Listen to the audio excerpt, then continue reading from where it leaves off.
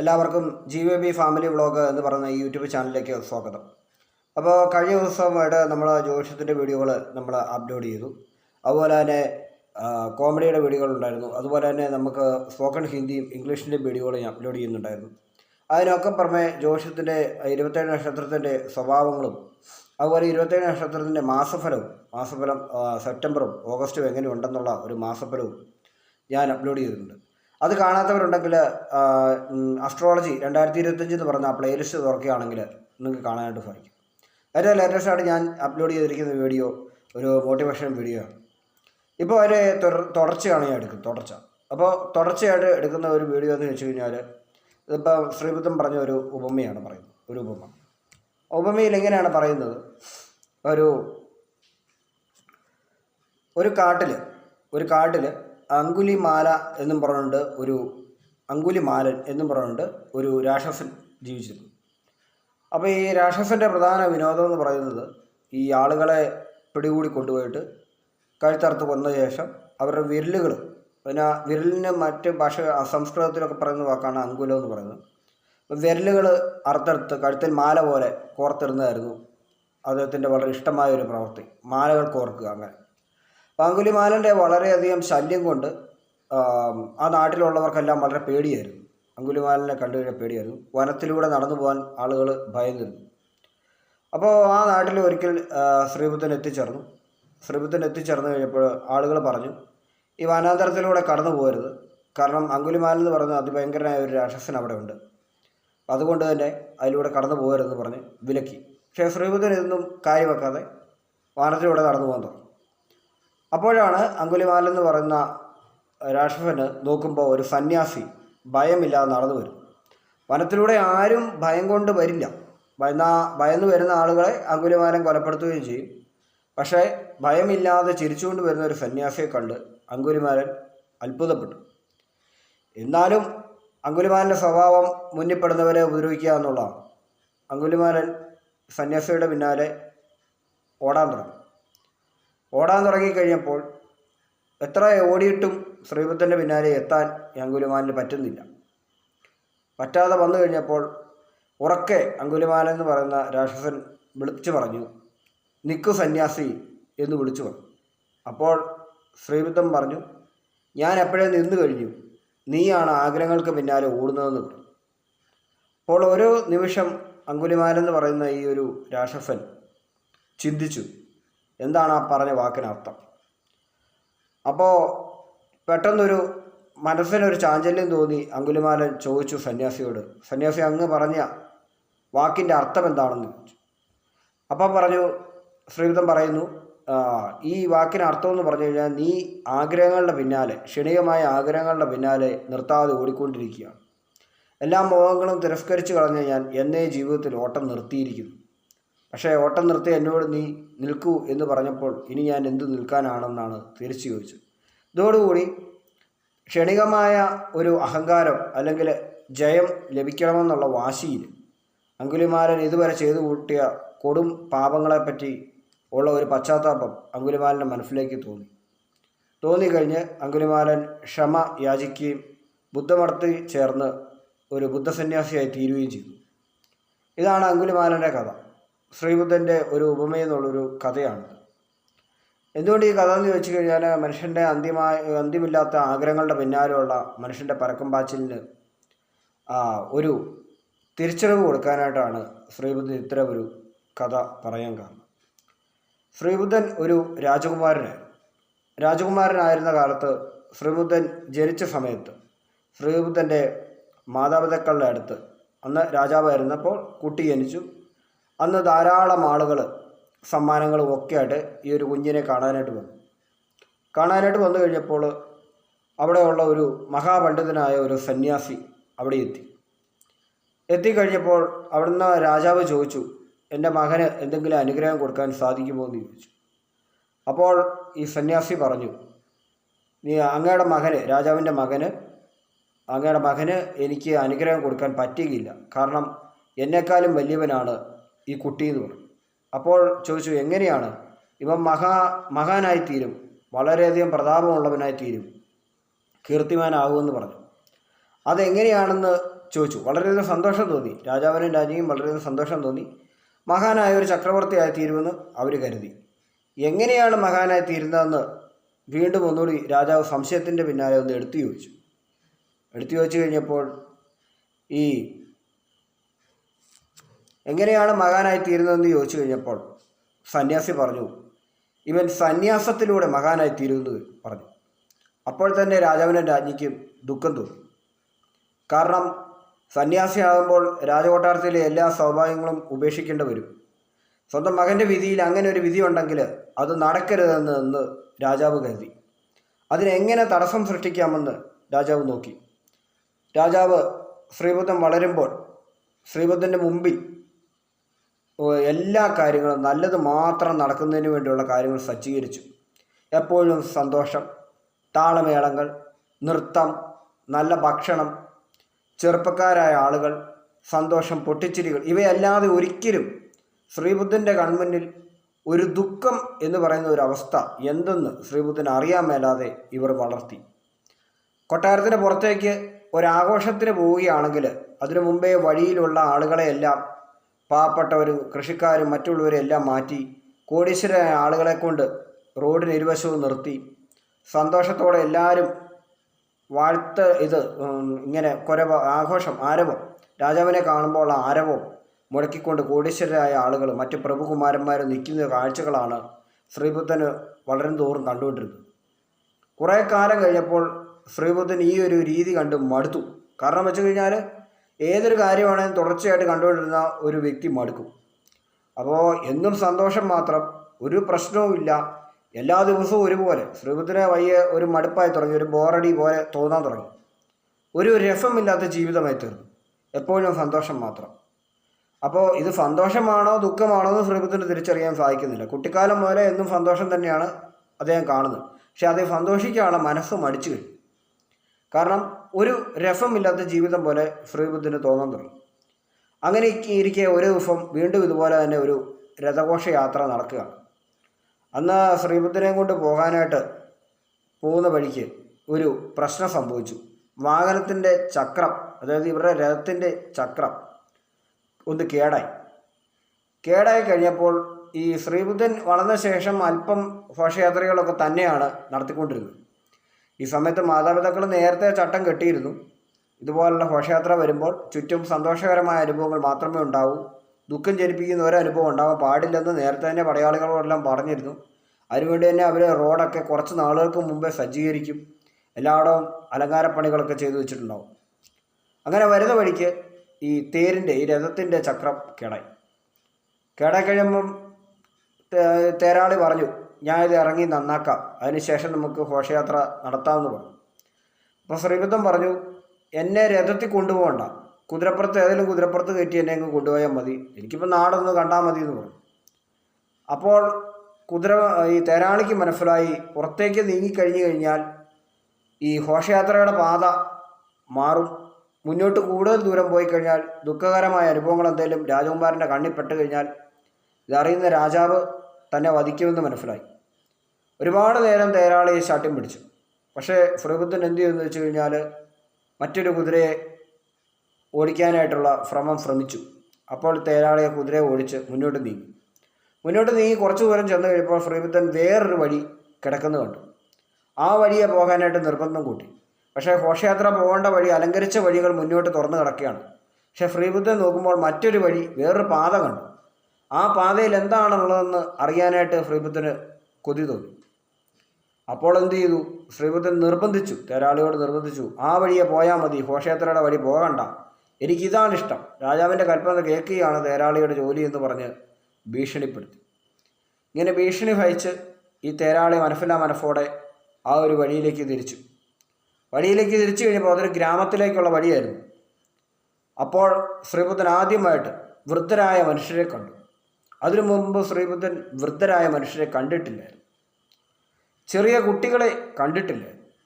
ചെറിയ കുട്ടികൾ, വൃദ്ധരായ ആളുകൾ, എല്ലാ ആളുകളും, അതുപോലെ തന്നെ വെള്ളം വലിച്ചുകൊണ്ട് വരുന്ന ആളുകൾ, വെള്ളം കുടത്തിൽ കോരി ദൂരത്തേക്ക് നടക്കുന്ന ആളുകൾ, കാളവണ്ടി ഓടിച്ചുകൊണ്ട് വരുന്ന ആളുകൾ, അതുപോലെ വയലിൽ വീഴാൻ നിൽക്കുന്ന ആളുകളും, മുഷിഞ്ഞ വസ്ത്രങ്ങളും കീറിയ വസ്ത്രങ്ങളും വസ്ത്രങ്ങളില്ലാതെ ഉള്ള ആളുകളും മരത്തിൻ്റെ ചുവട്ടിലിരിക്കുന്ന ഭിക്ഷക്കാരെയും ഒക്കെ ശ്രീബുദ്ധൻ ആദ്യമായി കണ്ടപ്പോൾ താൻ ഇതുവരെ കണ്ടിരുന്നതല്ല ഈ ലോകത്തുണ്ടായിരുന്നതെന്നുള്ളത് ശ്രീബുദ്ധൻ മനസ്സിലായി. താൻ കാണാത്ത എന്തൊക്കെയോ ഈ ലോകത്തുണ്ടെന്ന് ശ്രീബുദ്ധൻ മനസ്സിലായി. ശ്രീബുദ്ധൻ ആ ഗ്രാമത്തിൽ ഇറങ്ങി ഓരോ ആളുകളുടെയും ദുഃഖാനുഭവങ്ങൾ ചോദിച്ചറിഞ്ഞു. അപ്പോൾ പറഞ്ഞു, രാജാവിൻ്റെ സ്വത്തിൻ്റെ പകുതി ഇവർക്ക് കൊടുക്കണമെന്ന് ശ്രീബുദ്ധൻ ശഠിച്ചു. വീട്ടിൽ ചെന്ന് ശ്രീബുദ്ധൻ പറഞ്ഞു, നമ്മുടെ ഗ്രാമത്തിൽ ഒരുപാട് ദുഃഖവും ദുരിതങ്ങളുമായിരുന്നല്ലോ, ഇവരെയൊക്കെ പണമുണ്ടല്ലോ നമ്മുടെ കയ്യിൽ, സഹായിച്ചുകൂടെ എന്ന് ചോദിച്ചു. അപ്പോൾ ഈ തേരാളിയോട് വളരെയധികം വിമർശനങ്ങൾ തേരാളിക്ക് ഏറ്റുവാങ്ങേണ്ടി വന്നു. കാരണം മകൻ അറിയാൻ പാടില്ലാത്ത അറിഞ്ഞു കഴിഞ്ഞു. ഈ ലോകത്തിൻ്റെ ദുഃഖങ്ങളും വിഷമതകളും നേരിട്ട് കണ്ടു കഴിഞ്ഞു. ഇനി എന്താണേലും പണ്ട് ആ സ്വാമി പറഞ്ഞ കാര്യം ഫലിക്കുമെന്ന് ശ്രീബുദ്ധൻ്റെ മാതാവർക്ക് മനസ്സിലായി. ഇനി ഇതിൽ നിന്നും മോചനം കിട്ടാൻ ഒരു മാർഗമേ ഉള്ളൂ, ശ്രീബുദ്ധനെ വിവാഹം കഴിപ്പിക്കുക.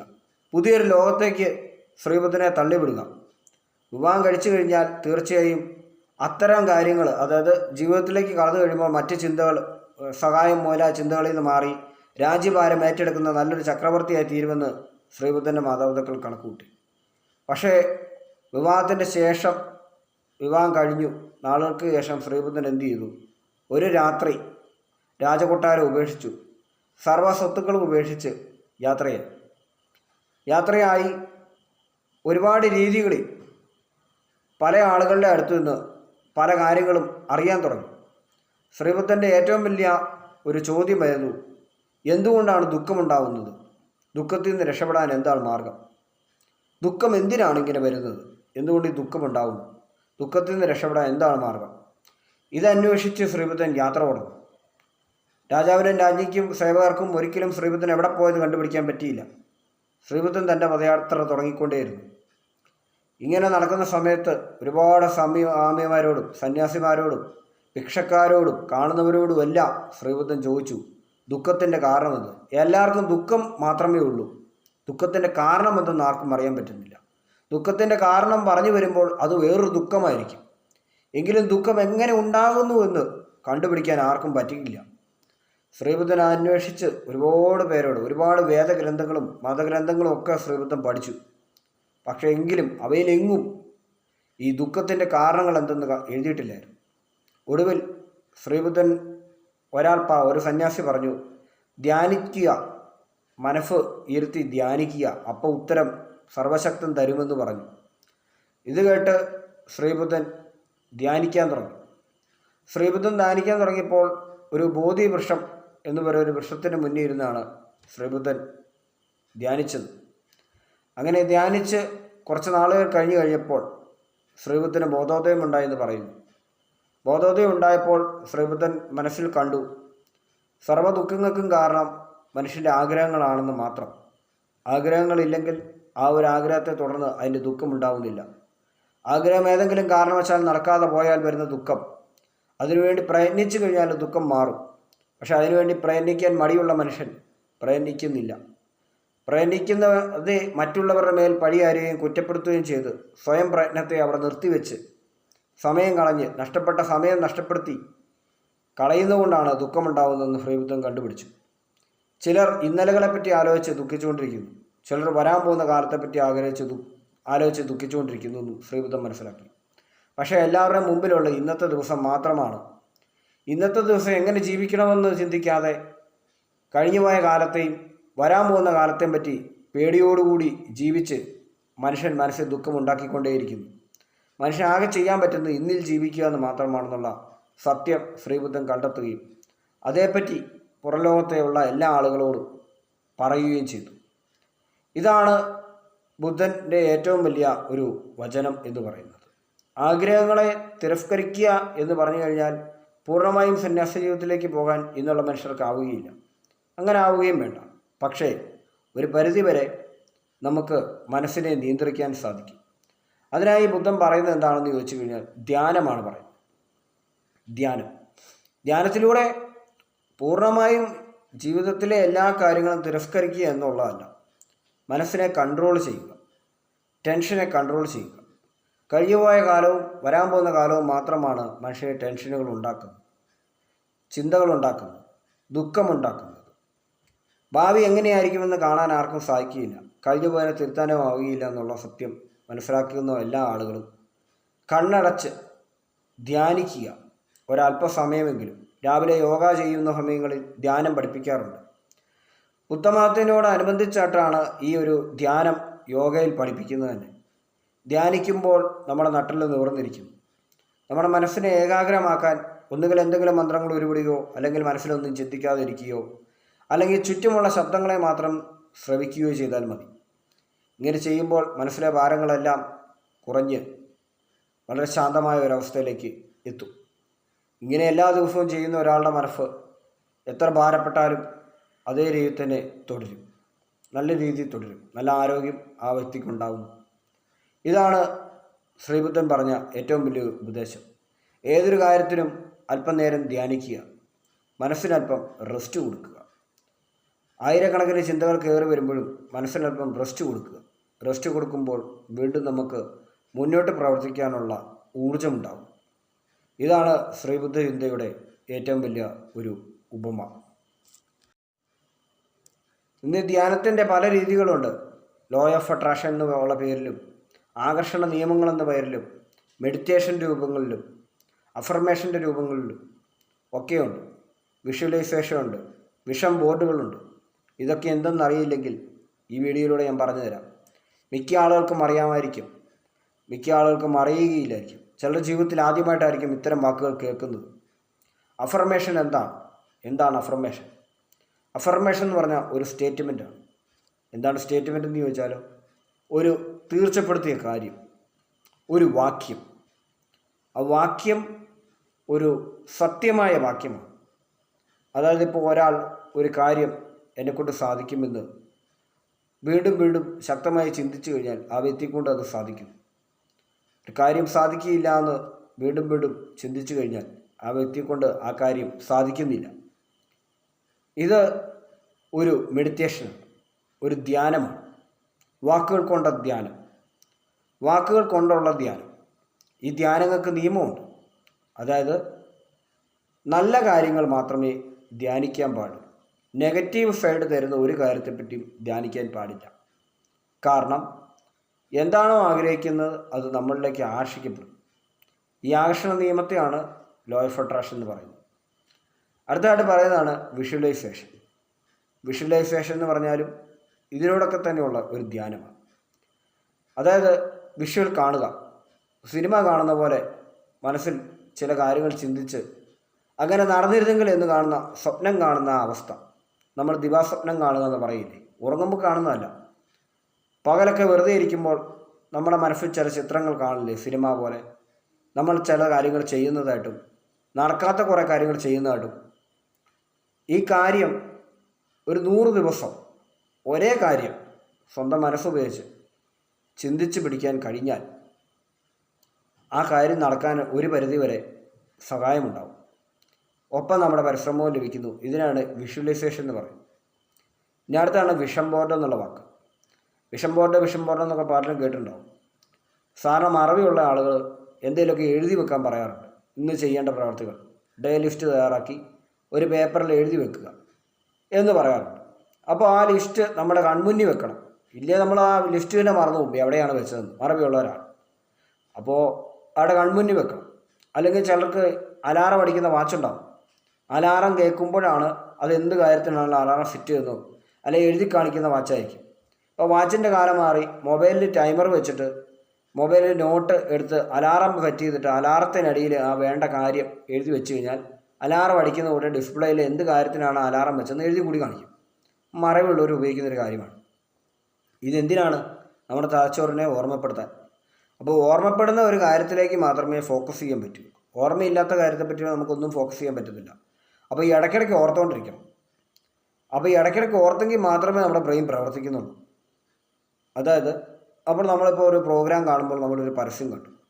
ഒരു തവണ അല്ല നമ്മളൊരു പരസ്യം കാണുക, വീണ്ടും വീണ്ടും വീണ്ടും വീണ്ടും അതേ പരസ്യം തന്നെ നമ്മൾ ആ ദിവസം കാണാറുണ്ട്. എന്തിനാ ഇങ്ങനെ കാണണേ? മനുഷ്യൻ്റെ ബ്രെയിനിൻ്റെ പ്രത്യേകത എന്ന് വെച്ച് കഴിഞ്ഞാൽ കണ്ട പെട്ടെന്ന് തന്നെ മറന്നു പോകാനുള്ള ഏറ്റവും പവറുള്ള ഒരു വ്യക്തിയാണ് മനുഷ്യൻ. മറ്റെല്ലാ ജീവികളെ വെച്ചും ഓർമ്മശക്തിക്കാണ് പവർ. ഒരു നായ ഓർത്തിരിക്കുന്ന അത്രയും പോലും ഒരു മനുഷ്യന് ശരിക്കും ഓർത്തിരിക്കാൻ പറ്റത്തില്ല. ഒരു മൃഗം നമ്മളുടെ രൂപം ഓർത്തിരിക്കുകയോ മണം ഓർത്തിരിക്കുകയോ ശബ്ദം ഓർത്തിരിക്കുകയോ ചെയ്തു കഴിഞ്ഞാൽ എത്ര വർഷം കഴിഞ്ഞാലും അത് നമ്മളെ ഓർത്തിരിക്കും. നമ്മുടെ കൂടെ പഠിച്ച കൂട്ടുകാർ 1ാം ക്ലാസ്സിൽ പഠിച്ചവരും 2ാം ക്ലാസ്സിൽ പഠിച്ചവരും 20 വർഷത്തിന് ശേഷം കണ്ടുവച്ചാൽ ആരാണെന്ന് അറിയാമെന്ന് വെച്ചാൽ ആർക്കറിയാം? ചിലപ്പോൾ നമ്മൾ തമ്മിൽ നേരിട്ട് കണ്ടാൽ പോലും, ചിലപ്പോൾ കൂടെ ഒന്നിച്ച് ജോലി ചെയ്താൽ പോലും വർഷങ്ങൾക്ക് മുമ്പ് ഒന്നിച്ച് പഠിച്ചാണോ അല്ലെങ്കിൽ തിരിച്ചറിയാൻ ഒരു മാർഗ്ഗവുമില്ല. പക്ഷേ 2 നായ്ക്കുട്ടികൾ തമ്മിൽ നമ്മൾ വേർപിരിക്കുകയാണ്. 10 വർഷത്തിന് ശേഷം അതുങ്ങളെ കാണിച്ചു കഴിഞ്ഞാൽ അതുങ്ങൾക്കറിയാം അവർ ഒറ്റയ്ക്ക് ജീവിച്ച ആൾക്കാരാണോ തിരിച്ചറിയാൻ നിങ്ങൾക്ക് സിഗ്നലൊക്കെ ഉണ്ട്. മനുഷ്യൻ ഇത്തരം കാര്യങ്ങളൊന്നുമില്ല. ഇതുകൊണ്ട് തന്നെ മനുഷ്യൻ്റെ തലച്ചോറിന് മുമ്പിൽ എന്തെങ്കിലും കൊണ്ട് ഒരു പ്രോഗ്രാം കാണുകയാണെങ്കിൽ, ഒരു സിനിമ കാണുകയാണ്, അല്ലെങ്കിൽ ഒരു TV കാണുകയാണ്, സീരിയൽ കാണുകയാണെങ്കിൽ ഇതിനിടയ്ക്ക് ഒരു പരസ്യം കാണുകയാണ്. ആ പരസ്യത്തിലെ വാക്കുകൾ ഒരു തവണ കണ്ടുകൊണ്ട് മനുഷ്യൻ കാണാൻ പഠിക്കുന്നില്ല. ഒരു ദിവസം ഒരു 10 തവണയിൽ ആ പരസ്യം മനുഷ്യനെ കേൾപ്പിക്കണം. കേൾക്കുന്ന കസ്റ്റമറെ കേൾപ്പിക്കാണ്ട് വീണ്ടും വീണ്ടും നമ്മൾ കേൾക്കുന്ന ഏത് മീഡിയത്തിൽ നിന്നാണോ, റേഡിയോയിൽ നിന്നാണോ, TV യിൽ നിന്നാണോ, ആ പരസ്യം വീണ്ടും വീണ്ടും നമ്മളെ കേൾപ്പിക്കും. അപ്പോൾ എന്ത് ചെയ്യും? കുറച്ച് കഴിയുമ്പോൾ പരസ്യം നമ്മൾ കാണാൻ പഠിക്കും. കുറച്ച് കഴിയുമ്പോൾ ആ പരസ്യം വരുമ്പോൾ നമ്മൾ ആ പരസ്യം അങ്ങോട്ട് തിരിച്ചു പറയാൻ തുടങ്ങും. ഇതെല്ലാവരും ചെയ്യുന്ന പ്രവൃത്തിയാണ്. പരസ്യം സ്റ്റാർട്ട് ചെയ്യുമ്പോൾ ഇന്നതാണ് ഡയലോഗ്, ഇത് നമുക്കറിയാം, നമ്മൾ കാണാൻ പഠിച്ചു കഴിഞ്ഞു. പിന്നെ ഏത് ഉറക്കത്തിൽ വെച്ചാൽ ഈ പരസ്യമായിരിക്കും നമുക്ക് ഓർമ്മ വരിക. അല്ലെങ്കിൽ ഈ ഒരു സാധനം ഇപ്പോൾ TV യോ റേഡിയോ ഒക്കെ കാണുമ്പോൾ അത് ഓഫായിട്ടിരിക്കുന്ന സമയത്ത് നമ്മൾ ഓണാക്കുമ്പോൾ മുമ്പായിട്ട് ചിലപ്പോൾ ഈ പരസ്യത്തെ പറ്റി ചിന്തിക്കും. ആ പ്രോഡക്റ്റ് എന്താണെന്ന് അപ്പോൾ നമുക്ക് ഓർമ്മയുണ്ടാവും. ആ പരസ്യത്തിൽ പറഞ്ഞ പ്രോഡക്റ്റ് എന്താ നമുക്ക് ഓർമ്മയുണ്ടാവും. പക്ഷേ ഒരാഴ്ചത്തെ ഈ പരസ്യം നമ്മൾ കേൾക്കുന്നില്ലെന്ന് കരുതുക, നമ്മളിത് മറന്നു. പുതിയ പരസ്യം കേട്ട് കഴിയുമ്പോൾ നമ്മൾ പഴയ പരസ്യത്തെ മറന്നു. ഇതാണ് നമ്മുടെ ബ്രെയിനിൻ്റെ തകരാറ്. ഒരു നായയ്ക്കോ ഒരു മത്സ്യത്തിനോ ആനയ്ക്കോ കുതിരയ്ക്കോ കഴുതയ്ക്കോ പുലിക്കോ ആടിനോ ഒന്നും ഇല്ലാത്ത ഒരു വലിയ പ്രശ്നമാണ് മനുഷ്യനുള്ളത്. ടച്ച് വിട്ട് കഴിഞ്ഞാൽ പിന്നെ ചെയ്യുവരാ ഭക്ഷണം കഴിക്കുന്നവരെ മറന്നു പോകുന്നവനാണ് മനുഷ്യൻ. അപ്പം അതുകൊണ്ട് തന്നെ ബ്രെയിനിനെ വീണ്ടും വീണ്ടും വീണ്ടും വീണ്ടും റീഫോക്കസ് ചെയ്യിക്കണമെങ്കിൽ വീണ്ടും വീണ്ടും കാണിക്കണം. വീണ്ടും വീണ്ടും കാണിച്ചാലേ മനുഷ്യൻ്റെ ബ്രെയിൻ വർക്ക് ചെയ്യുമെന്ന് അറിയാവുന്നതുകൊണ്ടാണ് പ്രോഗ്രാമുകളിൽ വരുന്ന പരസ്യം വീണ്ടും വീണ്ടും വീണ്ടും പരസ്യദാതാക്കൾ വീണ്ടും വീണ്ടും കേൾപ്പിക്കുന്നത്. വഴി നീളെ എന്തുകൊണ്ടാണ് ഒരേ പരസ്യത്തിൻ്റെ പോസ്റ്ററുകൾ ഒട്ടിച്ചു വെച്ചിരിക്കുന്നത്? ഒരേ സിനിമയുടെ പോസ്റ്ററുകൾ 100 എണ്ണം ഇത് ഒട്ടിച്ചു വെച്ചിരിക്കുന്നത്. അടുപ്പിച്ച് എന്തിനാണ് ഒട്ടിച്ചു വെച്ചിരിക്കുന്നത്? വേറെ എവിടെ ഒട്ടിക്കാൻ മേലായിരുന്നു? ഒരേ സിനിമയുടെ പരസ്യം, ഒരു പരസ്യത്തിന് ഒരു പോസ്റ്ററിന് ചുറ്റും തന്നെ ഒരു പോസ്റ്റർ, 4 പോസ്റ്ററുകൾ ഒന്നിച്ചൊട്ടിച്ചിരിക്കുന്നു. നമ്മളൊക്കെ സാധനം ഒരു പോസ്റ്റർ ഒട്ടിച്ചു കഴിഞ്ഞാൽ അപ്പോഴും മാറിയായിരിക്കും പോസ്റ്റർ ഒട്ടിച്ചിരിക്കുന്നത്. എന്തുകൊണ്ടാണ് ഇങ്ങനെ പോസ്റ്റർ? എങ്കിലേ ആ നോട്ടം ഇങ്ങനെ നോക്കി നോക്കി പോവുള്ളൂ. 3-4 തവണ പോസ്റ്റർ കാണുമ്പോഴേ മെമ്മറിയിലേക്ക് പതിയുള്ളൂ. ഇതാണ് വിഷൻ ബോർഡ് എന്ന് പറയുന്ന വസ്തു. അതായത് എന്ത് വിഷനാണോ കാണുന്നത് ആ വിഷൻ നമ്മുടെ ഓർമ്മയിലേക്ക് വീണ്ടും വീണ്ടും വീണ്ടും കൊണ്ടുവരാനുള്ള ഒരു ഒരു ബോർഡിൻ്റെ ഷേപ്പിൽ ഉണ്ടാക്കുന്ന ഒരു സാധനമാണ് വിഷൻ ബോർഡ്. ഓഫീസ് റൂമിലോ അല്ലെങ്കിൽ കയ്യിലൊരു നോട്ട് ബുക്ക്. ഇപ്പോൾ വിഷൻ ബുക്ക് എന്നും പറഞ്ഞുകൊണ്ട് വിഷൻ ബോർഡ് എന്നും പറയുന്നുണ്ട്. വിഷൻ ബുക്ക് എന്ന പേര് ബുക്ക് വാങ്ങാനും കിട്ടും. വേണ്ട അങ്ങനെ വാങ്ങാൻ്റെ എനിക്ക് ഒരു നോട്ട് ബുക്ക് വാങ്ങാം. നോട്ട് ബുക്കിൽ എന്താണ് ചെയ്യേണ്ടത്, അടുത്ത 1 വർഷത്തിനുള്ളിൽ എന്ത് ബിസിനസ്സാണ് ചെയ്യേണ്ടത് എന്ന് വേണമെങ്കിൽ എഴുതി വെക്കാം. എന്നിട്ട് അത് കൺവെട്ടത്ത് തന്നെ വെക്കണം. ഇതിലേക്ക് കുറച്ച് കഴിയുമ്പോൾ മറന്നുപോകും എന്ത് ചെയ്യാനായിരിക്കണം എന്നുള്ളത്, മറന്നുപോകും. അപ്പോൾ 10 ദിവസത്തേക്ക് ജിമ്മിലേക്കൊക്കെ പോകണം. അടുത്ത മാസം ജിമ്മിലൊക്കെ ചേർന്ന് ഒരു ബോഡി ബിൽഡർ ആവുകയാണ് ഇനി എൻ്റെ ലക്ഷ്യമെന്ന് ഒരാൾ തീരുമാനിക്കുകയെന്ന് കരുതുക. ഒരു 4 ദിവസത്തേക്ക് ഈ ബോഡി ബിൽഡർ ആവാനായിട്ടുള്ള നമ്മൾ സിനിമകളൊക്കെ കണ്ട് ബോഡി ബിൽഡർ ആയ കൊള്ളാമെന്നുള്ള ആഗ്രഹങ്ങളൊക്കെ നമുക്ക് ലഭിച്ചു കഴിഞ്ഞു. നമ്മളൊരു മസിൽമാൻ്റെ സിനിമയാണ് കണ്ട ശേഷം നമുക്ക് ഈ ആഗ്രഹമൊക്കെ ലഭിച്ചു.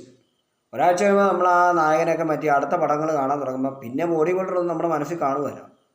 ഇതുകൊണ്ട് ഒരു ബോഡി ബിൽഡർ ആവണമെങ്കിൽ ഒരു ബോഡി ബിൽഡറുടെ ഫോട്ടോ, മുസൽമാൻ ഏത് കഥാപാത്രത്തെയാണോ സ്നേഹിക്കുന്നത്, ഏത് താരത്തെയാണോ സ്നേഹിക്കുന്നത്, ആ ആളുടെ ഫോട്ടോ, മുസൽമാനാകേണ്ടവൻ ഏത് മുസൽമാനെ പോലെ ഇരിക്കണം, അല്ല അതുപോലെ ഇരുന്നാൽ കൊള്ളാമെന്ന് തോന്നുന്ന ആ ഒരു ഫോട്ടോ ഒരു പ്രിൻ്റ് എടുത്തിട്ട് വെട്ടി ഈ ബുക്കിൽ ഒട്ടിക്കണം. അല്ല ഇനി അങ്ങനെ പറ്റത്തില്ലാത്തവർ സ്വന്തം മൊബൈലിലേക്ക് ഫോട്ടോ ഡൗൺലോഡ് ചെയ്ത് വെച്ചിട്ട് അത് ഫ്രണ്ടിൽ വാൾപേപ്പറിൽ കൊണ്ടിടണം. ഗാലറിയിലിട്ടാൽ ഗാലറി തുറക്കാൻ പോണില്ല. എന്തെങ്കിലും ആവശ്യം വരുമ്പോഴേ തുറക്കത്തുള്ളൂ. കാണാനുള്ള ചാൻസ് വളരെ കുറവാണ്. സ്ക്രീൻ സേവറായിട്ട് ഉപയോഗിക്കുക. സ്ക്രീൻ സേവറായിട്ട് അങ്ങോട്ട് ഇട്ടേക്കുക. ചമ്മലുള്ളവർക്കാണ് സ്ക്രീൻ സേവർ ആരെങ്കിലും കണ്ടോന്നുള്ള ചമ്മലുള്ളവർക്കാണ് മറ്റേ ബുക്കിൻ്റെ കാര്യം നമ്മൾ മടക്കി വെക്കാനോ. അപ്പം അത് ഇല്ല, കമ്പ്യൂട്ടർ ഉപയോഗിക്കേണ്ട കമ്പ്യൂട്ടറിൻ്റെ വാൾപേപ്പർ, അല്ലെങ്കിൽ എവിടെ നിന്നാണ് അത് ഫസ്റ്റ് ഓപ്പൺ ആവുന്നത് ആ ഒരു രീതിയിൽ സെറ്റ് ചെയ്യുക. ഇല്ലെങ്കിൽ മുറിയിൽ ഭിത്തിയിൽ ഒട്ടിക്കാൻ സാധിക്കുമ്പോൾ അങ്ങനെ. എങ്കിലേ നിങ്ങളുടെ മെമ്മറിയിലേക്ക് ദിവസം നിങ്ങൾ ജോലിയൊക്കെ ഉള്ള ആളാണ് തിരിച്ചു വരുമ്പോൾ ഒരു നേരം ആ ഫോട്ടോയിലേക്ക് നോക്കുമ്പോൾ നിങ്ങൾക്ക് എനർജി കിട്ടും. അല്ലെങ്കിൽ നിങ്ങൾ എന്ത് ചെയ്യും? ഉറങ്ങും പോയി. വേറൊന്നും ചെയ്യില്ല. നിങ്ങൾക്ക് ബോഡി ബിൽഡർ ആവണമെങ്കിൽ നിങ്ങൾ 100 ദിവസം ജോലി ചെയ്യുമ്പോഴും നിങ്ങൾക്ക് കിട്ടുന്ന ടൈം ഇത്രയേ ഉള്ളൂ. ഇനിയിപ്പോൾ ഒരു 2 ദിവസമേ നിങ്ങൾക്ക് ലീവുള്ളൂ എങ്കിൽ നിങ്ങൾക്ക് ബോഡി ബിൽഡർ ആവണമെങ്കിൽ എന്ത് ചെയ്യണം? ഈ ഒരു ഫോട്ടോ നിങ്ങൾ കാണണം. ഇല്ലേ അടുത്ത ദിവസം നാളെ എന്ന് പറഞ്ഞിട്ട് നീണ്ടു പോകും. ഇതിനെന്താണ് നിങ്ങൾ ആഗ്രഹിക്കുന്നത്? എന്ത് വസ്തുവാണ്? വീട് അല്ലെങ്കിൽ സ്ഥലം? വീട് സ്ഥലം ഉണ്ടാക്കണ പണവും കൂടി ആവശ്യമാണ്. പണമുള്ള ആളുകൾ നല്ല വീടാണ് ഉദ്ദേശിക്കുന്നതെങ്കിൽ അതിന് വീടിൻ്റെ ഫോട്ടോ മാത്രമേ ആദ്യം ഫോണിലൊക്കെ സൂക്ഷിക്കണം. ഇല്ലെങ്കിൽ നിങ്ങൾക്ക് ഇതേപ്പറ്റിയുള്ള ടച്ചുകളൊക്കെ വിട്ട് പണം ചിലവായി പോകും. പണം കയ്യിലില്ലെങ്കിൽ വീട് പോലുള്ള വലിയ വസ്തുവിനെ ആഗ്രഹിക്കേണ്ട, സ്വന്തം ശരീരം ആഗ്രഹിക്കാമല്ലോ. എക്സസൈസ് ചെയ്യാൻ ഉദ്ദേശമുണ്ടെങ്കിൽ, നല്ല ആരോഗ്യമുള്ള ആളാണെങ്കിൽ, അല്ലാത്തവർക്കല്ല, അങ്ങനെയുള്ള ഒരാൾക്കാണെങ്കിൽ. അപ്പോൾ അതിന് പ്രത്യേകിച്ച് വേറെ വലിയ മുടക്കുകളില്ലല്ലോ. അങ്ങനെയാണെങ്കിൽ അത്തരൊരു ഫോട്ടോ നിങ്ങൾ ആ ഒരു കഥാപാത്രത്തിലേക്ക് മാത്രം മാറണം. മറ്റുള്ള 100 പേരുടെ വീഡിയോകൾ കാണുകയോ 100 പേരുടെ ഫോട്ടോകൾ കാണുകയോ കൊണ്ട് മിക്സ് ചെയ്ത് കഴിഞ്ഞാൽ നിങ്ങളുടെ ഉദ്ദേശം നടക്കത്തില്ല. ആ ഒരു ഫോട്ടോ, ഏത് വ്യക്തിയാണോ ആ ഒരു ഫോട്ടോ വെച്ചിട്ട് നിങ്ങൾ അത് മാത്രമേ കാണാവൂ. ആ ഒരു ആളുടെ ഒരു ബോഡി ഷേപ്പിൽ എടുക്കണമെന്നുള്ള ഒരു ത്രില്ലോടുകൂടി നിങ്ങളൊരു ജിംനേഷ്യത്തിൽ പോയി കഴിഞ്ഞാൽ നിങ്ങൾക്ക് ഏകദേശം കുറച്ച് കാലം കഴിയുമ്പോൾ അതേ ടൈപ്പിലൊരു ബോഡി ലഭിക്കും. കാരണം അത് നടക്കുന്ന കാര്യമാണ്. കാരണം നമ്മൾ ടി വിയിലൊക്കെ കണ്ടിട്ടുണ്ട് പല താരങ്ങളുടെ ഡൂപ്പായിട്ട് വരുന്നവർ. ഡൂപ്പായിട്ട് വരാനുള്ളവരെന്ത് ചെയ്യും? ആ താരത്തിൻ്റെ സിനിമ വീണ്ടും റിപ്പീറ്റ് കണ്ടുകൊണ്ടേയിരിക്കും. എത്ര ബോറടിച്ചാലും കണ്ടുകൊണ്ടേയിരിക്കും. എന്നിട്ട് അവർ നടക്കുന്നത് എങ്ങനെയാണെന്ന് നടന്നു നോക്കും. അവരെന്താണ് ആക്ട് കാണിച്ചെന്ന് ആക്ഷൻ കാണിച്ചു നോക്കും. സിനിമകൾ 10 തവണയും 100 തവണയും കാണുന്നിട്ട് ഡയലോഗ് കാണാൻ പഠിക്കും. എന്നിട്ട് ഈ ആളുടെ ഒരു ഫോട്ടോ കോപ്പി ആവുമോ ഇയാൾ? കുറച്ച് കഴിയുമ്പോൾ ഇയാളുടെ മുഖം വരെ അങ്ങനെയാവും. കാണിക്കുന്ന ആക്ഷൻ എങ്ങനെയാകും, നടക്കുന്നത് എങ്ങനെയാവും, സംസാരം എങ്ങനെയാവും, ശബ്ദം എങ്ങനെയാവും. ചില ആളുകൾക്ക് രൂപത്തിന് വലിയ വ്യത്യാസം ഉണ്ടാവാത്തവർ മേക്കപ്പ് ചെയ്ത് രൂപത്തിന് വ്യത്യാസം ഉണ്ടാകും. അതും സഹായിക്കും. രൂപവ്യത്യാസം ഇല്ല, അപ്പം നമ്മൾ ഉദ്ദേശിക്കുന്ന നായൻ്റെ ഉയരമൊന്നും നമുക്കില്ല, നമുക്കത്ര വലിയ ഭംഗിയൊന്നുമില്ലെങ്കിൽ നമ്മളെ മേക്കപ്പ് അടിച്ച് നമ്മൾ ദിവസവും അങ്ങനെ കാണുന്ന ആ ആളുടെ സ്റ്റൈലൊക്കെ നമ്മുടെ ബോഡിയിലേക്ക് കൊണ്ടുവരാൻ പറ്റുന്നുണ്ടെങ്കിൽ ചിലപ്പോൾ മേക്കപ്പ് ചെയ്ത് കഴിയുമ്പോൾ രൂപം കിട്ടും. എന്നിട്ട് ഒരു സ്റ്റേജ് ഷോ കാണിക്കാൻ നേരത്ത് ആ മേക്കപ്പിൽ പോയി ഒന്ന് അഭിനയിച്ച് കാണിച്ച് ഇറങ്ങി വരാൻ പറ്റും. ഇതാണ് ഒരു വിഷൻ അല്ലെങ്കിൽ വിഷ്വലൈസേഷൻ വിഷൻ ബോർഡിൻ്റെ ഗുണം. ഇനി അടുത്ത ഭാഗമാണ് മാനിഫെസ്റ്റിംഗ്. മാനിഫെസ്റ്റിംഗ് എന്ന് പറഞ്ഞു കഴിഞ്ഞാൽ ആകർഷിക്കുക. ആകർഷിക്കുക എന്ന് പറഞ്ഞു കഴിഞ്ഞാൽ ചുറ്റുമുള്ള കാര്യങ്ങൾ ആകർഷിക്കുക. പണത്തെ ആകർഷിക്കുക, ജോലി ആകർഷിക്കുക, ആരോഗ്യം ആകർഷിക്കുക, സമ്പത്ത് ആകർഷിക്കുക, സുഹൃത്തുക്കളെ ആകർഷിക്കുക, സന്തോഷം ആകർഷിക്കുക. ഇതെല്ലാം ആകർഷിക്കാനായിട്ടാണ്, അങ്ങനെയുള്ളതിന് വേണ്ടി ഉപയോഗിക്കുന്ന വാക്കാണ് മാനിഫെസ്റ്റിംഗ്. ഇതെല്ലാം മെഡിറ്റേഷൻ്റെ വകഭേദങ്ങളാണ്. അതായത് ഈ ബുദ്ധസന്യാസി പറഞ്ഞ പോലെ തന്നെ ഒരു മെഡിറ്റേഷൻ, ഒരു ധ്യാനം, ഇവയെല്ലാം ധ്യാനങ്ങളാണ്. ഏതിലോട്ടാണ് നമ്മുടെ ഫോക്കസ് ചെയ്യുന്നത്, ഏത് കാര്യത്തിലാണ് നമ്മുടെ ബ്രെയിൻ വർക്ക് ചെയ്യുന്നത്, ആ ഒരു കാര്യത്തിലേക്ക് മാത്രം അറ്റൻഷൻ കൊടുത്തു കഴിഞ്ഞാൽ അതുമാത്രമായിട്ട് വളർന്നു വരും. ഇല്ല, നമ്മൾ പലതിലേക്ക് ഫോക്കസ് വിട്ട് കഴിഞ്ഞാൽ നമ്മുടെ എനർജി ലെവൽ താന്നുകൊണ്ടിരിക്കും. എന്നിട്ട് ഏതിലേക്ക് പോകണമെന്നുള്ളതിൻ്റെ കൺഫ്യൂഷൻ ബ്രെയിനിൽ സ്റ്റാർട്ടാകും. അത് ഇപ്പോൾ നമ്മളിപ്പോൾ ഒരു 5 ഭാഷകൾ പഠിക്കാനായിട്ട് തയ്യാറെടുക്കുക എന്ന് കരുതുക. 5 ഭാഷകൾ പഠിക്കാൻ നമ്മൾ തയ്യാറെടുത്തു. രാവിലെ ഹിന്ദി പഠിക്കാൻ നോക്കി, ഉച്ച കഴിഞ്ഞ് ഇംഗ്ലീഷ് പഠിക്കാൻ നോക്കി, വൈകിട്ട് വേറെ ആയാലും മറ്റിതര ഭാഷകൾ പഠിക്കാൻ നോക്കിക്കഴിഞ്ഞാൽ വൈകുന്നേരത്തിനുള്ളിൽ നമുക്ക് നല്ല ക്ഷീണം അനുഭവപ്പെടും. പിന്നെ നമുക്ക് വാക്കുകൾ തമ്മിൽ കുരുങ്ങും. അതായത് ഹിന്ദിയിലുള്ള കുറേ വാക്കുകൾ മറ്റൊരു ഭാഷയിൽ വേറെ അർത്ഥമായിരിക്കും. മലയാളത്തിലുള്ള കുറേ വാക്കുകൾ വേറൊരു ഭാഷ വേറൊരു അർത്ഥമായിരിക്കും. ഇംഗ്ലീഷിലുള്ള കുറേ വാക്കുകൾ വേറൊരു ഭാഷ വേറൊരു അർത്ഥമായിരിക്കും. അപ്പോൾ ഒരു പ്രോഗ്രാം കാണാൻ നേരത്ത് ചിലപ്പോൾ നമ്മുടെ ബ്രെയിനിലേക്ക് ആദ്യം വരുന്ന ആദ്യത്തെ ഭാഷയായിരിക്കും. ആദ്യത്തെ ഭാഷ ഇപ്പോൾ ഞാൻ പറയാം. ഹിന്ദിയിൽ ബസ് എന്ന് പറഞ്ഞു കഴിഞ്ഞാൽ നിർത്തുക എന്നാണ് അർത്ഥം, ബസ്. പക്ഷേ ഈ ബസ് നമുക്കിവിടെ ഓടുന്ന ബസ് ഏതാണ്? റോഡേ പോകുന്ന ലൈൻ ബസ്. അപ്പോൾ ഒരു ബസ് എന്ന വാക്ക്, ഒരു ബസ് വരുമ്പോൾ ഹിന്ദിക്കാർ പറഞ്ഞ ബസ് എന്ന് തന്നെയാണ്. പരിപാടി എന്തെങ്കിലും ചെയ്യുന്ന പരിപാടി നിർത്താൻ ബസ് എന്ന് തന്നെയാണ് പറഞ്ഞത്. ബസ് കരോ, നിർത്തും. അപ്പോൾ ബന്ദ് കരോ എന്നുണ്ട്, ബന്ദ് കരോ എന്നുണ്ട്, ബസ് കരോ എന്ന് വരും. കൂടുതൽ ബസ് കരോ ആണ് ഉപയോഗിക്കുന്നത്. അപ്പം ബസ്, ചിലപ്പോൾ ബസ് എന്ന് മാത്രമേ പറയത്തുള്ളൂ. അപ്പോൾ ഇപ്പം നമ്മുടെ നാട്ടിൽ ഒരു മലയാളി ബസ് എന്ന് പറഞ്ഞു കഴിഞ്ഞാൽ ആ ബസ് എവിടുന്ന് വരുന്നുണ്ടെന്ന് വരും, നമ്മൾ മുന്നോട്ട് പോകും. അപ്പോൾ ചെയ്യുന്ന ജോലിയല്ലല്ലോ നിർത്തുക. ശരി, ഹിന്ദിക്കാരനോട് നമ്മൾ പറയുന്നെങ്കിൽ അവൻ അപ്പ സ്പോട്ടി ആ പരിപാടി നിർത്തും. അപ്പോൾ ഇതാണ് ഇതിൻ്റെ രീതി. ഇങ്ങനെ ഇപ്പോൾ ഈ ഒരു ഭാഷകൾ പഠിക്കാൻ നേരത്ത് ഒരു ഭാഷയ്ക്ക് നമ്മൾ 1 വർഷം ചിലവാക്കുക. 2ാം ഭാഷയ്ക്ക് നമ്മൾ 1ാം ഭാഷയും 2ാം ഭാഷയും മിക്സ് ചെയ്ത് 2 വർഷം ചിലവാക്കുക. എത്ര ഭാഷകൾ പഠിക്കണമോ അത്രയും വർഷം നമ്മൾ ചിലവാക്കണം. അപ്പോൾ നമുക്ക് അറിയാം 22 ഭാഷയുണ്ട്. 22 വർഷം ചിലവാക്കിയാൽ നമുക്കൊരു 22 വയസ്സുള്ള ഒരാളാണെങ്കിൽ അടുത്ത 22 വർഷം ചിലവാക്കിയാൽ എന്ത് സംഭവിക്കും എന്നറിയാമല്ലോ. മിക്കപ്പോഴും നിങ്ങൾക്ക് ഒരു 48 അല്ലെങ്കിൽ 50 വയസ്സിന് മുകളിൽ പ്രായം ചെല്ലും. എല്ലാ ഭാഷയും പഠിച്ചു വരുമ്പോൾ സഹായിച്ചൊന്നും വരത്തില്ല. 5 ഭാഷ പഠിക്കാൻ നോക്കാം, 5 വർഷം ചിലവാക്കാൻ വേണമെങ്കിൽ. പക്ഷേ ഇതൊരു ഓവർ പരിപാടിയാണ്. ഏറ്റവും ലളിതമായി ഉപയോഗിക്കാവുന്നു, ഏറ്റവും ആവശ്യമുള്ള ഭാഷയും പഠിക്കുകയാണെങ്കിൽ അതായിരിക്കും സേഫ്. പിന്നെ ഒരു ഹോബിക്ക് വേണ്ടി മറ്റു ഭാഷയ്ക്കും വേണ്ടി സമയം കണ്ടെത്താം. ആഴ്ചകളിൽ ടൈം ടേബിൾ സെറ്റ് ചെയ്യാം. ഇവയെല്ലാം ഒരു മാനിഫെസ്റ്റിംഗ് ആണ്. നമ്മുടെ ബ്രെയിനിന് നമ്മൾ കൊടുക്കുന്ന ഒരു വലിയ ജോലിയാണ്. ഇതുപോലെയാണ് വിഷൻ ബോർഡിൻ്റെ പ്രവർത്തനം. നമുക്ക് എന്താണ് ആവശ്യം? ഒരു 5 കാര്യങ്ങളിൽ കൂടുതൽ, 5 ഫോട്ടോ. അപ്പോൾ വിഷൻ ബുക്കിൻ്റെ കാര്യമാണ് ഞാൻ ആദ്യം പറഞ്ഞത്. അപ്പം വിഷൻ ബോർഡിൻ്റെ കാര്യം, വിഷൻ എന്തിലും, മൊബൈലിൻ്റെ സ്ക്രീനിലോ ടി വിയിൽ കാണുന്ന പ്രോഗ്രാമോ അല്ലെങ്കിൽ നമ്മളുടെ കയ്യിലുള്ള പത്ര കട്ടിങ്ങുകളോ അവ വേറെ നമ്മൾ അടുക്കി മാറ്റാതെ ഒരേ കാര്യത്തിൽ ഫോക്കസ് ചെയ്യുകയാണെങ്കിൽ അതാണ് നമുക്ക് ലഭിക്കുക. അതിൻ്റെ ഉത്തരമാണ് നമുക്ക് ലഭിക്കുക. വിഷൻ ബോർഡ് എന്ന് പറഞ്ഞു കഴിഞ്ഞാൽ വിഷൻ ബോർഡെന്നും പറഞ്ഞിട്ടൊരു സാധനമുണ്ട്. അതും മേടിക്കാൻ കിട്ടും. ഇല്ല എങ്കിൽ ഒരു ചെറിയ ഒരു ബോർഡ് പോലെ നിങ്ങളൊരു സ്റ്റാൻഡൊക്കെ വെച്ച് സെറ്റ് ചെയ്ത് അതിലൊരു ചെറിയ ക്യാൻവാസൊക്കെ ഉണ്ടാക്കി വെച്ചിട്ട് അതിൽ നിങ്ങൾക്ക് വേണ്ട ഒരു 5 ഫോട്ടോ ഇല്ലെങ്കിൽ 10 ഫോട്ടോ, നിങ്ങൾക്ക് ജോലിക്ക് കിട്ടുന്ന ഒരു പ്രമോഷൻ ആണെങ്കിൽ ഒരു പ്രമോഷൻ കിട്ടുന്ന ഒരു ഫോട്ടോ, പൈസയുടെ കാര്യങ്ങളാണ്, പണമാണ് നിങ്ങൾക്ക് കൂടുതലായിട്ട് ജീവിതത്തിൽ സംഭവം, പണത്തിൻ്റെ കുറച്ച് ഫോട്ടോ, ഇങ്ങനെയുള്ള കുറേ കാര്യങ്ങളുടെ ഫോട്ടോ വട്ടത്തിൽ ഒട്ടിച്ചു വെക്കുക. എന്നിട്ട് നടുക്ക് വിഷൻ ബോർഡെന്ന് എഴുതി വെക്കുക. നിങ്ങൾക്കത് നിങ്ങളുടെ റൂമിൽ വെക്കുമ്പോൾ ആരും നിങ്ങളെ ഒന്നും കളിയാക്കത്തില്ല, അല്ലെങ്കിൽ നിങ്ങൾക്കത് മറ്റുള്ളവർ കാണുന്നതുകൊണ്ട് കുഴപ്പമൊന്നും ഇല്ലയെന്ന് തോന്നുകയാണെങ്കിൽ ആ ബോർഡ് അവിടെ വെക്കാം. നിങ്ങളുടെ ഓഫീസ് റൂമാണ്, നിങ്ങളുടെ പേഴ്സണൽ റൂമാണ്, നിങ്ങളൊരു ഒരു ബോസാണ് എന്ന് കരുതുക, അത് ഓണറാണ്. നിങ്ങളോട് ആരും ചോദ്യം ചെയ്യില്ലെങ്കിൽ അങ്ങനെ ഒരു വിഷൻ ബോർഡ് ചെയ്ത് നിങ്ങൾക്ക് നിങ്ങളുടെ ഓഫീസിൽ വെക്കാം. നിങ്ങൾ ജോലിക്കാരനാണ് സഹായിക്കില്ല, അതിനാണ് വിഷൻ ബുക്ക്. അത് നിങ്ങൾക്ക് സഹായിക്കും. മൊബൈലിൻ്റെ ഗാലറിയില്ല. ഇത് എങ്ങനെയൊക്കെ മാറ്റി ഉപയോഗിക്കാം. അപ്പോൾ അട്രാക്ഷനിലൂടെ ഇതൊരു ധ്യാനമാണ്, എന്തും ധ്യാനമാണ്. ഒരു സിനിമ നമ്മൾ കാണുന്നു, സിനിമയിലെ കഥ എന്താണെന്ന് നമുക്ക് നേരത്തെ അറിയാം, കഥാപാത്രങ്ങളാണെന്നറിയാം. 15 മിനിറ്റ് സിനിമ കണ്ടു കഴിയുമ്പോൾ നമ്മുടെ മൈൻഡൊക്കെ മാറിയിട്ട് നമ്മൾ കഥയുമായിട്ട് മുഴുകിയിട്ട് നമുക്ക് തന്നെ ഒരു പേടിയാണ്, അയ്യോ കഥയുടെ അവസാനം എന്താവും. സംഭവം അഭിനയം നമുക്കറിയാമെങ്കിൽ നമ്മുടെ സബ് കോൺഷ്യസ് മെമ്മറിക്ക് അത്തരത്തിൽ വിവരമൊന്നുമില്ല. കിട്ടുന്ന സിഗ്നലിനെ അപ്പാടെ വിഴുങ്ങുകയാണ് ചെയ്യുന്നത്. അത് സത്യമാണ്. നമ്മുടെ ബോഡിയും കൂടി റിയാക്ട് ചെയ്യുമ്പോൾ സംഭവത്തിൽ നമ്മൾ മുങ്ങിപ്പോവും. നമുക്കെല്ലാവർക്കും ഉള്ള അനുഭവമാണ്. ഇതാണ് മനുഷ്യൻ്റെ ബ്രെയിൻ്റെ അവസ്ഥ. എന്തുകൊണ്ട് കാണിക്കുന്നോ അത് കുറച്ച് നേരം കഴിയുമ്പോൾ അതായി തീർന്നു പോകും. ഇതുപോലെ തന്നെ എന്തിലാണ് നമ്മൾ വിശ്വസിക്കുന്നത് കുറച്ച് കഴിയുമ്പോൾ അതായിത്തീരും. ഇതാണ് നമ്മുടെ മെമ്മറി കൃത്യമായിട്ട് വർക്ക് ചെയ്യുന്നത്, ബ്രെയിൻ വർക്ക് ചെയ്യുന്നത്. അപ്പോൾ നമ്മൾ വിഷൻ ബുക്കിൽ നമ്മൾ എഴുതിയിരിക്കുകയാണ് ജോലിയിലേക്കുള്ള പ്രമോഷൻ ആണെങ്കിൽ നമ്മൾ 10 ദിവസത്തേക്ക് അതേപ്പറ്റി ഇങ്ങനെ രൂക്ഷമായിട്ട് നമ്മളത് നോക്കിയിരിക്കുക.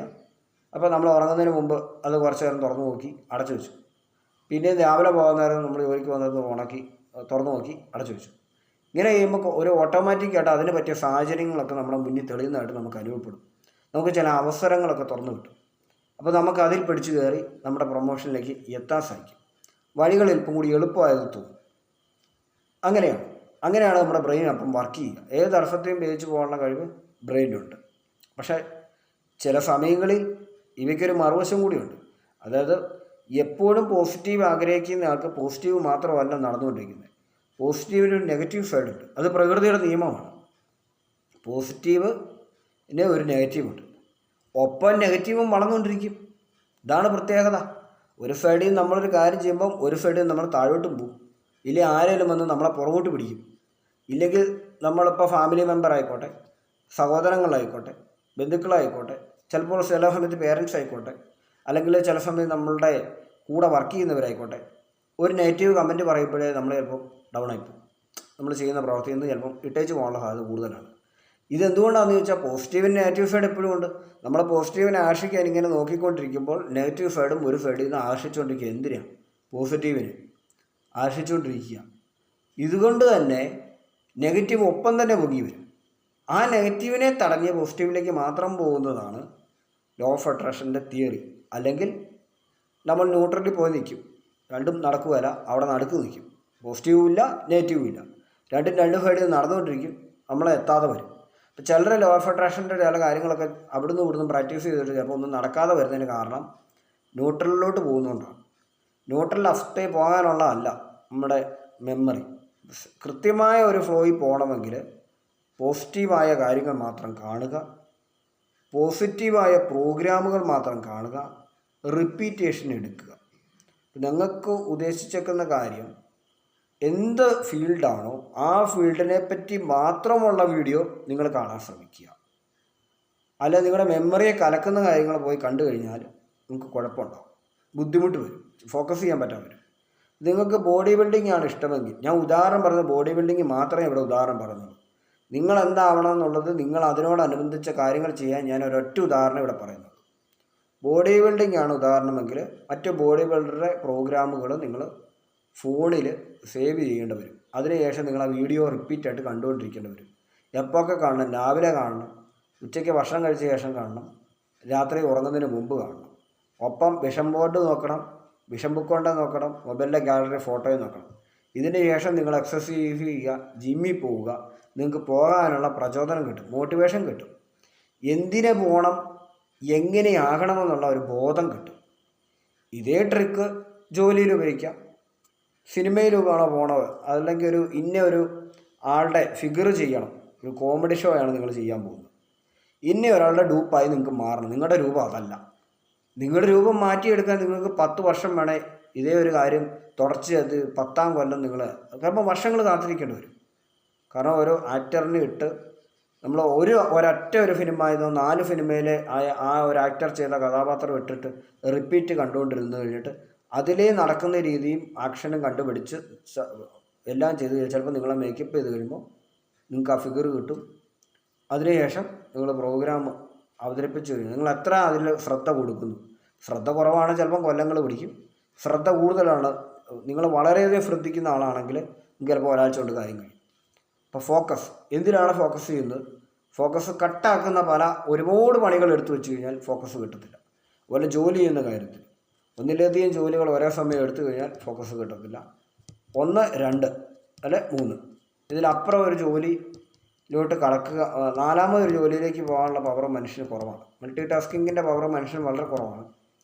2, 3 ഇത്രയും എടുക്കുക. കാരണം ഇതിനകത്ത് നമ്മൾ ഉറങ്ങാൻ സമയം പോകുന്നുണ്ട്, പ്രഭാതകൃത്യങ്ങൾക്ക് സമയം പോകുന്നുണ്ട്, ഭക്ഷണം കഴിക്കാൻ സമയം പോകുന്നുണ്ട്, യാത്ര ചെയ്യാൻ സമയം പോകുന്നുണ്ട്, നമുക്ക് മറ്റ് കാര്യങ്ങൾ ഭാവി കാര്യങ്ങൾ പ്ലാൻ ചെയ്യാനുള്ള സമയം പോകുന്നുണ്ട്. ഇതിൽ മിച്ചം കിട്ടുന്ന ടൈം മാത്രമേ ഉള്ളൂ പിന്നെ നമുക്ക് ഇത്തരം പ്രാക്ടീസുകൾ എടുക്കാൻ സാധിക്കുള്ളൂ. അതുകൊണ്ടാണ് ഞാൻ പറഞ്ഞത് 2 ജോലി 3 ജോലി. ഇതിൽ എത്രയും കാറ്റ് ഫോക്കസ് ചെയ്ത് വട്ടം കറങ്ങുക. 10 26 പണികൾ എടുത്ത് ഒന്നിച്ച് വെക്കുമ്പോൾ ബ്ലോക്കായി പോവും. 10 26 ഭാഷകൾ ഒന്നിച്ച് പഠിക്കാൻ നോക്കിയാൽ ബ്ലോക്കായി പോവും. 10 26 അഫർമേഷനും 10 26 ലക്ഷ്യങ്ങൾക്ക് വേണ്ടിയുള്ള വിഷൻ ബുക്കും വിഷൻ ബോർഡും 10 25 ലക്ഷ്യങ്ങളെല്ലാം കൂടി എഴുതി വെച്ച് കഴിഞ്ഞാൽ ഒന്നും നടക്കാതെ സ്റ്റക്കായി പോകും.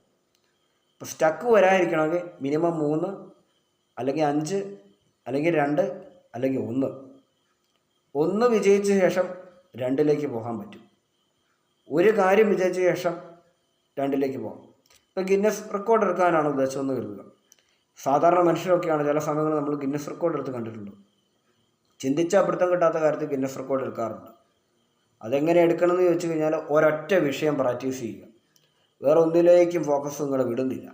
നിങ്ങൾ ആ ഒരൊറ്റ വിഷയത്തിൽ ഫോക്കസ് ചെയ്ത് നിങ്ങൾ ആ ഗിന്നസ് റെക്കോർഡിന് അടുത്തെത്താറായി. നിങ്ങളുടെ ഗിന്നസ് റെക്കോർഡ് നിങ്ങൾ ജയിച്ചു കഴിഞ്ഞാൽ പിന്നെ നിങ്ങളത് പ്രാക്ടീസ് ചെയ്യണോ വേണ്ടായോ, അതിൻ്റെ റെക്കോർഡ് തറക്കാൻ ആരും ശ്രമിക്കുന്നുള്ളോ ചെക്ക് ചെയ്തിട്ട് പ്രാക്ടീസ് ചെയ്യണോ വേണ്ടോ എന്ന് നിങ്ങൾക്ക് തീരുമാനിക്കാം. അതിനുശേഷം അടുത്ത വിഷയം തിരഞ്ഞെടുക്കാം, അതിനുവേണ്ടി ശ്രമിക്കാം. ഇതാണ് എല്ലാ ഒരു ധ്യാനത്തിൻ്റെയും സിമ്പിളായൊരു കാര്യം. എന്താണ് മാനിഫെസ്റ്റ് ചെയ്യേണ്ടത് അതുമാത്രം ചെയ്യുക, മറ്റുള്ള കാര്യത്തിലേക്ക് ശ്രദ്ധ വിടാതിരിക്കുക. അപ്പോൾ ഏതൊരു കാര്യവും നമ്മുടെ അടുത്തേക്ക് എത്തും. അപ്പോൾ ഇന്ന് GVP ഫാമിലി വ്ളോഗിലൂടെ ഇത്തരം കാര്യങ്ങളാണ് ഞാൻ പറയാൻ ഉദ്ദേശിച്ചത്. ലോ ഓഫ് അട്രാക്ഷൻ എന്താണെന്നും ശ്രീബുദ്ധൻ്റെ ഉപമ എന്താണെന്നും ഇതിലൂടെ എങ്ങനെയാണ് ലൈഫിൽ എങ്ങനെ സക്സസ് വരുത്താമെന്നും ഞാൻ ഇതിലൂടെ പറഞ്ഞിരിക്കുകയാണ്. നിങ്ങൾക്ക് ഈ വീഡിയോ ഇഷ്ടപ്പെട്ടെന്ന് ഞാൻ കരുതുന്നു. ഇഷ്ടപ്പെട്ടെങ്കിൽ നിങ്ങൾ ഈ വീഡിയോ കാണുക, ലൈക്ക് ചെയ്യുക, നിങ്ങളുടെ ഫ്രണ്ട്സിലേക്ക് ഷെയർ ചെയ്യുക. ആദ്യമായിട്ടാണ് ഈ ചാനലിൽ വരുന്നതെങ്കിൽ നിങ്ങൾ ഈ വീഡിയോ കണ്ടെങ്കിൽ ഈ ചാനലൊന്ന് സബ്സ്ക്രൈബ് ചെയ്യുക. അടുത്തുള്ള ബെൽ ബട്ടണും കൂടി ഇനേബിൾ ചെയ്ത് വെക്കുക. Thank you.